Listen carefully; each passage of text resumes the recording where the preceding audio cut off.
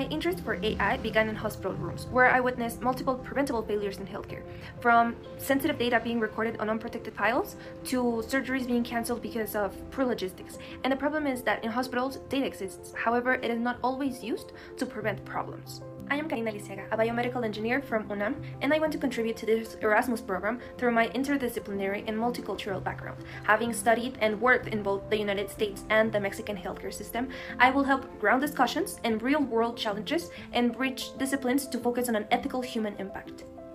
Throughout the years, I have built a foundation through my degree, international training, data roles at Olympus and the National Institute of Public Healthcare, also training generative AI models, and on projects on virtual reality simulation and machine learning models. However, to truly build solutions for my country, I believe I need a deeper specialized expertise. With that being said, upon completion, I plan on becoming a translator between the clinical needs and AI's potential. So for me, this program is more than just a degree. It is the foundation to make my vision a reality.